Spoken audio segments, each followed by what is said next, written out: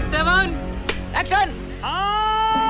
शिकायतें इनकी भी हैं और शिकायतें आपकी भी हैं, लेकिन आतिशी जी सवाल यह है कि साफ सुथरी राजनीति की बात करके आम आदमी पार्टी आई और देश की खासतौर पर दिल्ली की जनता ने और पंजाब की जनता ने भरपूर प्यार भी दिया, लेकिन आखिर ऐसा क्या हो गया कि आपको कांग्रेस के गठबंधन में जाके शामिल होना पड़ रहा है, लालू यादव के साथ खड़ा होना पड़ रहा है? क्या आपको नहीं लगता ये आपके वोटर को सहन नहीं होगा?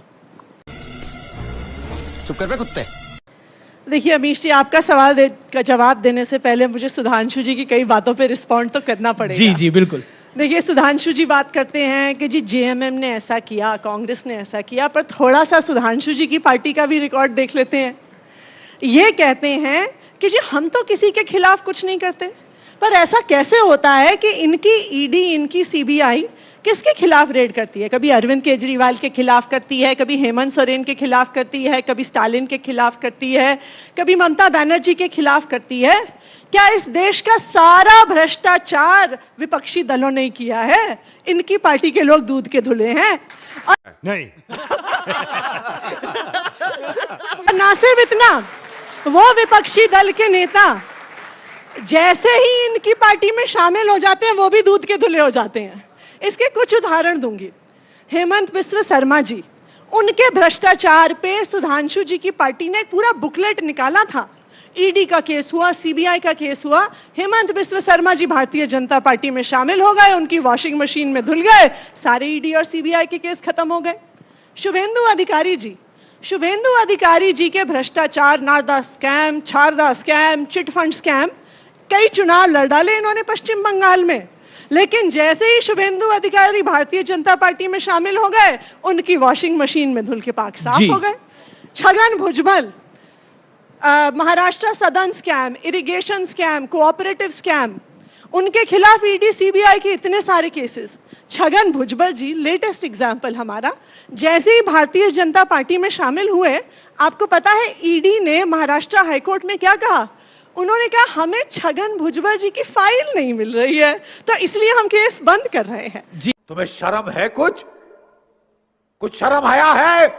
तो देखिए ये बिल्कुल साफ है कि आज केस होना, आज ईडी के छापे पड़ना, सीबीआई से गिरफ्तारी होना, ये किसी भ्रष्टाचार से जुड़ा हुआ नहीं है। ये भ्रष्टाचार के खिलाफ लड़ाई नहीं है। ये सब भ्रष्टाचारियों को अपनी पार्टी में लाने की कोशिश है कि उन पे केस करो और सारे भ्रष्टाचारी हमारी पार्टी में आ जाएं। ये सुधांशु जी की पार्टी कर रही है।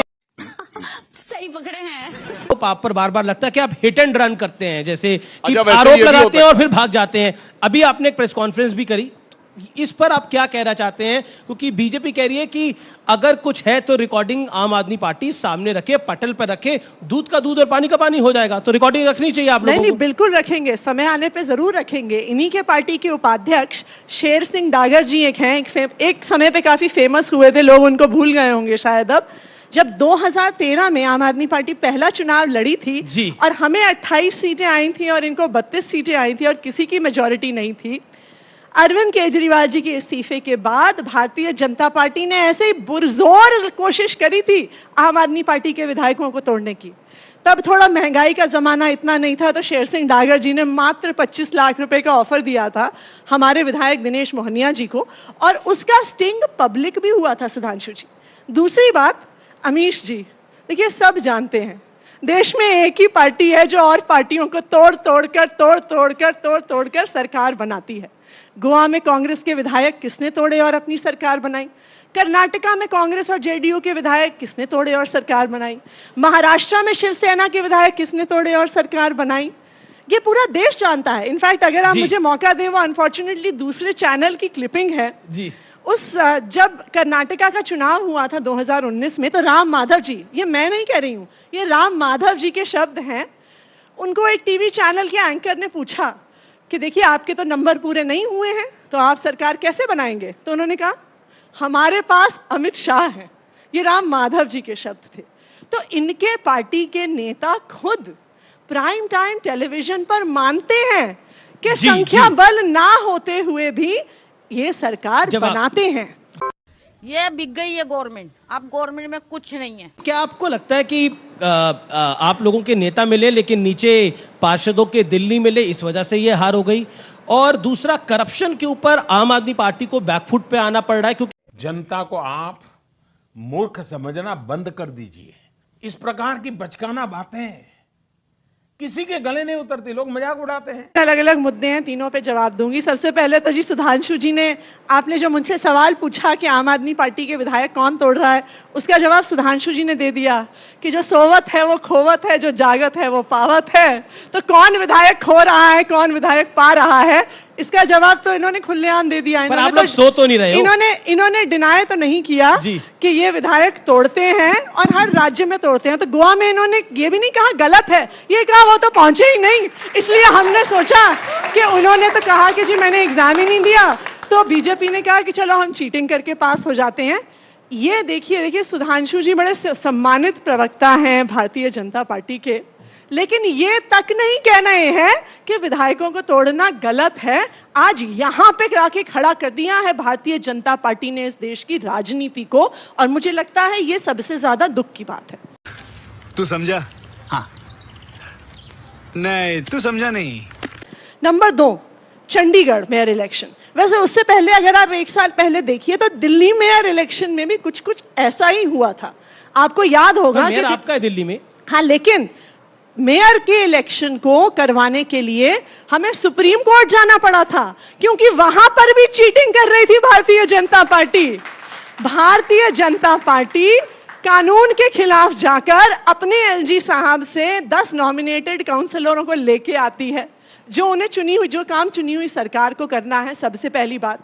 दूसरी बात, सारे कानून के खिलाफ जाके एमसीडी एक्ट ये कहता है कि जो नॉमिनेटेड काउंसलर होंगे वो मेयर के चुनाव में वोट नहीं डाल सकते हैं, लेकिन इनका प्रोटेम मेयर वहां पे खड़े होके कह देती है नहीं ये नॉमिनेटेड काउंसलर भी वोट डालेंगे, तो इनको कानून तोड़ने में कोई दिक्कत नहीं है। वाह मोदी जी, वाह वाह वाह। दिल्ली के मेयर के चुनाव में भी तोड़ा, अब चंडीगढ़ में बेचारों के साथ क्या हो गया? जी। शायद इनके किसी नेता को जिम्मेदारी दी गई थी, ऐसा हमने सुना है। अब देखिए, मैं निश्चित तौर पे नहीं कह सकती, ऐसा उड़ती बात आई है हमारे पास। आप उड़ती बात करें, ट्विटर पे आपने एक प्रमाणिक बात लिखी है। नहीं, आपने बोला मैं बहुत बड़ा खुलासा करूंगी। वो मैं करूंगी कल सुबह 10 बजे। कल सुबह 10 ईडी पर एक बहुत बड़ा खुलासा मैं करूंगी कल सुबह 10 बजे। लेकिन ऐसा सुना हमने, किसी ने बताया कि इनकी किसी एक नेता को जिम्मेदारी मिली थी कि जब सारे वोट मिल जाए प्रिजाइडिंग ऑफिसर को, तो लाइव जो स्ट्रीमिंग चल रही है ना उसको ऑफ कर देना।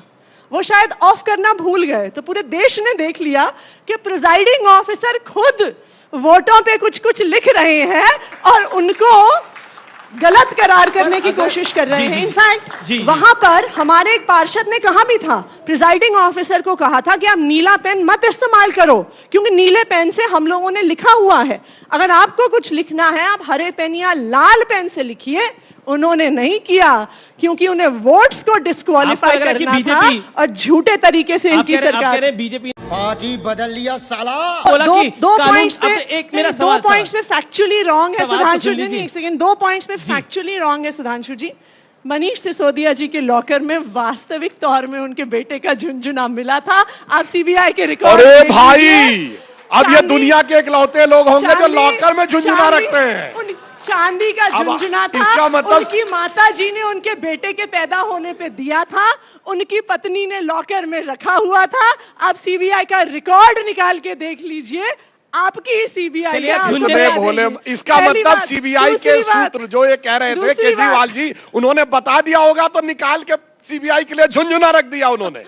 वरना कोई बच्चे का झुनझुना रखता है, और चांदी का झुनझुना इतनी बड़ी चीज नहीं होती। हमारे पास और कुछ रखने के लिए ही नहीं है, तो हमने रख दिया जी चांदी का झुनझुना। आपके पास होंगे सोने के बिस्कुट, करोड़ों के कैश, शेल कंपनीज के कागज। अब मुझे क्रेडिट नहीं चाहिए। देखिए, मैं ये कहूंगी कि अगर किसी एक सरकार को और किसी एक पार्टी को अवार्ड मिल सकता ना, मोस्ट इन्वेस्टिगेटेड पार्टी, तो वो अवार्ड आम आदमी पार्टी को मिलता और दिल्ली की अरविंद केजरीवाल जी की सरकार को मिलता। जी, आप देखिए, जैसे ही सुधांशु जी ने कहा, मात्र 10 साल पुरानी हमारी पार्टी है, 9 साल से हम दिल्ली की सरकार में हैं। कोई ऐसा विभाग नहीं बचा है पिछले 9 सालों में जिन्हें इनकी सरकार ने इन्वेस्टिगेट नहीं किया। इन्होंने हमारे स्कूलों पे जांच कर ली, हमारी मोहल्ला क्लिनिक पे जांच कर ली, हमारे अस्पताल पे जांच कर ली, हमारे दिल्ली जल बोर्ड पे जांच कर ली, हमारी बिजली की व्यवस्था पे जांच कर ली, हर चीज पे जांच कर ली। 460 फाइलें 6 महीने तक इनकी सरकार आम आदमी पार्टी की रख के बैठी रही कि कहीं तो भ्रष्टाचार मिलेगा, कहीं तो भ्रष्टाचार मिलेगा। तो हमें ईमानदारी का सर्टिफिकेट इनकी सरकार ने शराब दिया घोटाले है। में आपको जबरदस्ती फंसाया जा रहा है। दूसरी चीज, अब आप सुन लीजिए जी। अब जो ट्रेंड चला है, अब आप अगला सवाल मुझसे ये पूछेंगे तो मैं पहले ही उसका जवाब दे देती हूँ कि अगर आप इनोसेंट हैं, अगर आप ईमानदार हैं, तो फिर मनीष सिसोदिया को, संजय सिंह को बेल क्यों नहीं मिल रही है? अगला सवाल आपका ये होगा, तो मैं आपको उसकी, आप अगर देखिए उसकी पूरी कहानी बताती हूँ। आपने कभी सोचा है कि भारतीय जनता पार्टी अपने विपक्षी दलों पे सिर्फ पीएमएलए में, prevention of money laundering act, जो ईडी जिसके तहत अपने केस करती है, सिर्फ एक कानून में क्यों केस करते हैं?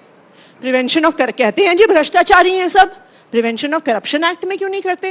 कहते हैं जी क्रिमिनल्स हैं सब, सीआरपीसी में क्यों नहीं करते?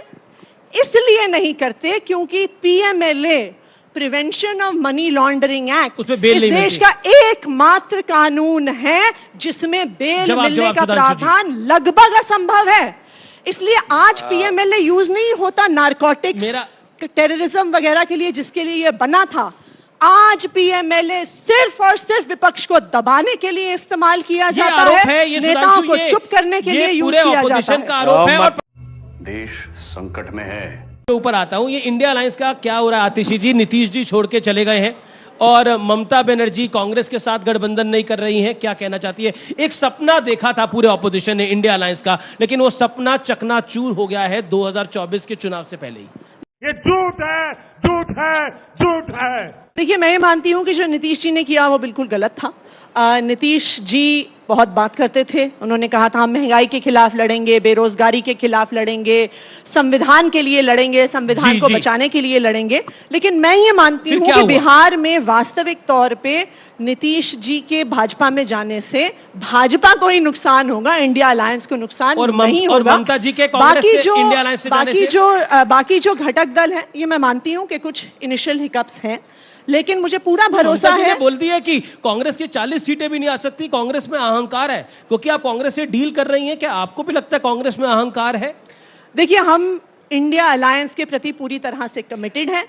इंडिया अलायंस जरूर एक साथ आएगी, एक साथ रहेगी और भारतीय जनता पार्टी को चुनाव हराएगी, देश को महंगाई से भी बचाएगी, बेरोजगारी से भी बचाएगी और इस देश के संविधान को भी बचाएगी। जी सुधांशु, ये बड़ी अच्छी बात कही आप। खत्म, bye bye, tata, good bye, गया।